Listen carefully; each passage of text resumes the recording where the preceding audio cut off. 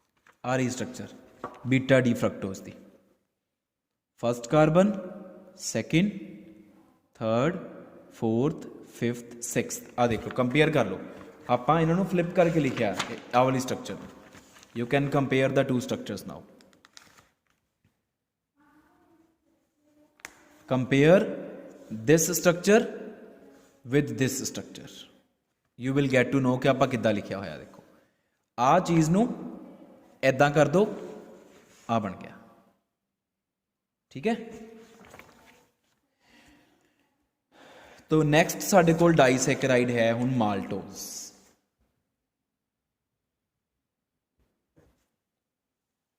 Maltose again has formula C12H22O11 all the disaccharides they have same formula जिहड़े आपां study करने डाईसैकेराइड sucrose maltose lactose इन्हां दा molecular formula same होएगा।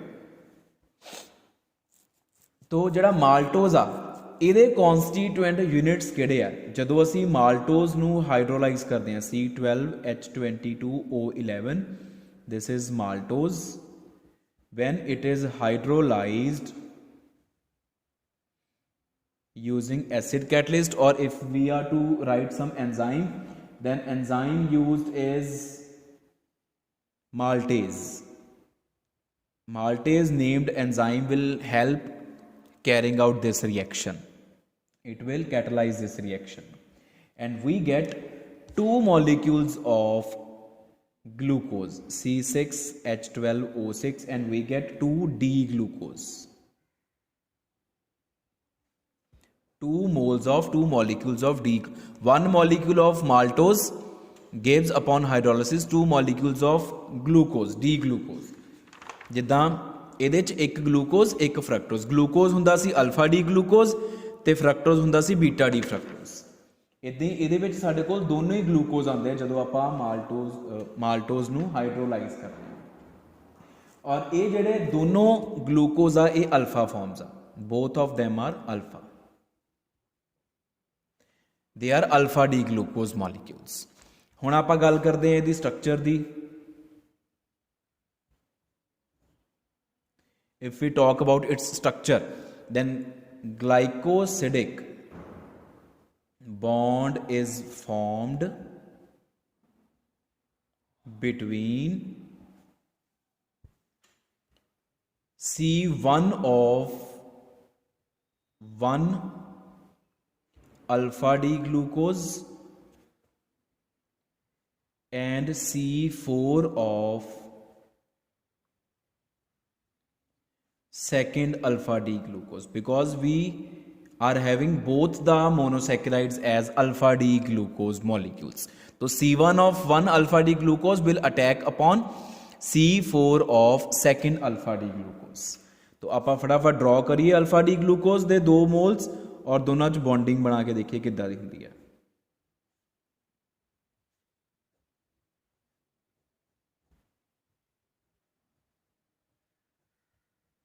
C1 and C4 linkage.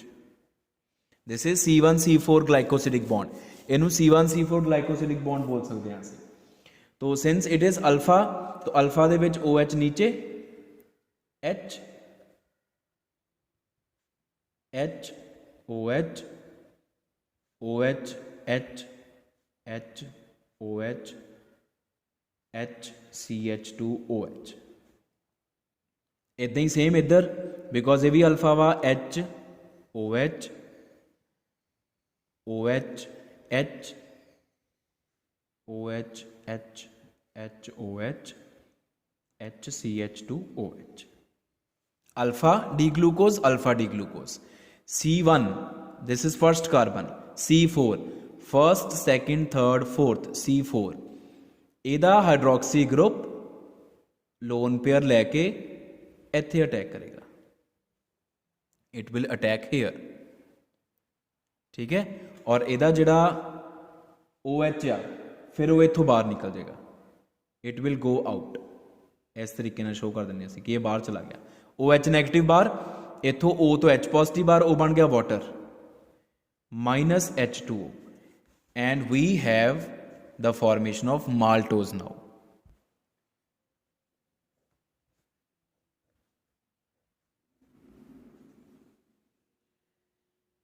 ਇੱਥੇ H ਲੱਗਿਆ, ਇੱਥੇ ਨਿਚਲੇ ਪਾਸੇ O, ਇਹਦੇ ਵੀ ਨੀਚੇ ਲੱਗਣਾ, ਇਹਨੇ ਨੀਚਲੇ ਬਿਲੋ ਦਾ ਪਲੇਨ ਹੀ ਅਟੈਕ ਕਰਕੇ ਇਹਨੂੰ ਵੀ ਆਪਾਂ ਇੱਥੇ ਡਰਾ ਕਰਨਾ, ਇਹਨੂੰ ਹੁਣ ਨੀਚੇ ਨਹੀਂ ਡਰਾ ਕਰਨਾ। ਇਹ ਇੱਥੇ ਬੌਂਡ ਬਣ ਗਿਆ ਔਰ ਉੱਪਰ H ਲੱਗਿਆ ਇਸ ਤਰੀਕੇ ਨਾਲ। ਆ O ਜਿਹੜਾ ਵਾ ਦੋਨੋਂ ਰਿੰਗਸ ਸੇਮ ਪਲੇਨ 'ਚ ਜਾਣਗੀਆਂ। ਆ O ਇਹਦੇ ਵੀ ਬਿਲੋ ਦਾ ਪਲੇਨ, ਇਹਦੇ ਵੀ ਬਿਲੋ ਦਾ ਪਲੇਨ ਹੋਏਗਾ।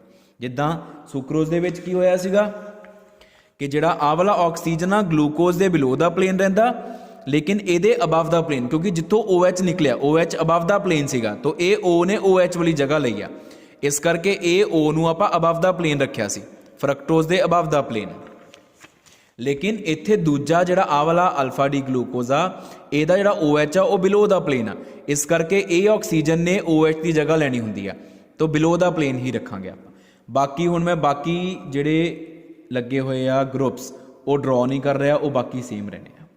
ਸੋ this is the glycosidic bond which is formed between C1 and C4. This is C1C4 alpha glycosidic bond and this is maltose. तो ये maltose बन गया। ते तीसरा जिहड़ा आपां पढ़दे आ वो है बेटा lactose. Third disaccharide is lactose. It is again having formula C12H22O11. Now lactose is when hydrolyzed. ਜਦੋਂ ਆਪਾਂ ਇਹਦੀ ਹਾਈਡਰੋਲਿਸਿਸ ਕਰਵਾ ਦਿੰਦੇ ਆ ਵਾਟਰ ਪਾ ਕੇ in the presence of some acid catalyze or the enzyme which is used, it is emulsin. If we talk about the hydrolysis of lactose within our body, then enzyme used which catalyze the reaction is emulsin. So it gives us two different monosaccharides, glucose and galactose. एक galactose ते दूसरा glucose. ਹੁਣ galactose ਤੇ glucose ਇਹ ਦੋਨੋਂ same molecular formula ਹੁੰਦਾ ਇਹਨਾਂ ਦਾ ਵੀ। They both have same molecular formula. They are epimers of each other. ਆਪਾਂ epimers ਕੀ ਹੁੰਦੇ ਪੜ੍ਹ ਚੁੱਕੇ ਹਾਂ। They are epimers of each other. तो गैलेक्टोज ग्लूकोज जिहड़ा गैलेक्टोज आ ये भी D galactose, glucose is again D glucose C6H12O6 C6H12O6 molecular formula same of glucose and galactose। हुण अगर आप स्ट्रक्चर की गल करिए, if we talk about the structure of lactose, then glycosidic bond is formed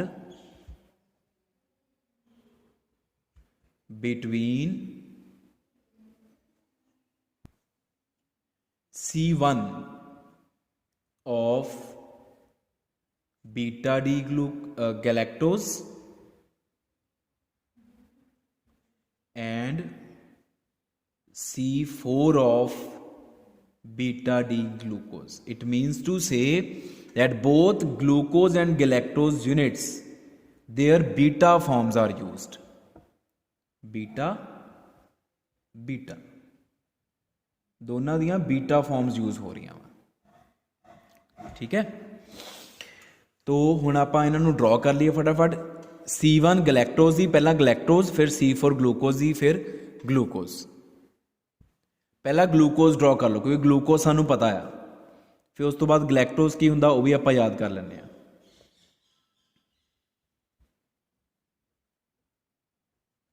we are to draw alpha form, तो OH ऊपर आएगी, OHH HOH OHH HOH CH2OHH। ये हो गया साडा beta D glucose. Now we are to draw beta D galactose। है उदी structure same glucose वर्गी होनी because both are epimers, 6 membered ring. हुण एपिमर्स आ ग्लूकोज एंड गलैक्टोज और इन्हां दे विच फर्क की आ? गलैक्टोज एंड ग्लूकोज का डिफरेंस की है बेटा, जिहड़ी 4th कार्बन आ, there is change in configuration upon fourth carbon, चौथी कार्बन की कॉन्फिगरेशन चेंज होनी है, बाकी सेम रहनी है सारियां। OH H H OH H OH इत्थे चेंज कर देनी है, H OH बाकी सेम, CH2OH H।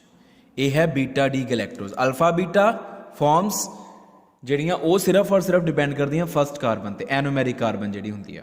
तो बीटा करके OH ऊपर रखिया सी। ग्लूकोज गलैक्टोज का फर्क की आ, C4 ਤੇ कॉन्फिगरेशन ऑपोजिट ਹੁੰਦੀ है। तो हुण इन्हां दोनों ਦੇ ਵਿੱਚ लिंकेज की आ, C1 of beta D गलैक्टोज attacks upon C4 of beta D glucose. तो आ ऑक्सीजन जिहड़ा आ हाइड्रोक्सी ग्रुप वो इत्थे अटैक करेगा, ठीक है। हुण पहला भी दसिया कि इस O ने OH की जगह लैनी, OH ने बाहर निकल जाना इत्थों इलैक्ट्रॉन लैके, OH नैगेटिव बन गया वो, इत्थों H पॉजिटिव माइनस वाटर। हुण गलैक्टोज दे जिहड़ा OH आ वो अबव दा प्लेन आ, ते ग्लूकोज दे जिहड़ा OH आ वो बिलो दा प्लेन आ, मतलब गलैक्टोज ग्लूकोज दे नीचे आएगा। तो इनू आपां इदां ड्रॉ करांगे। हुण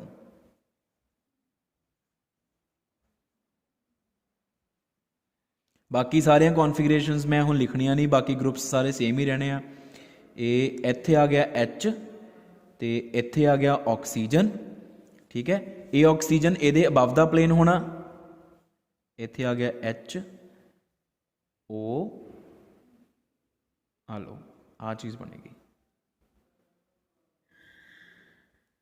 लो जी। बाकी ग्रुप्स सारे सेम लिखने।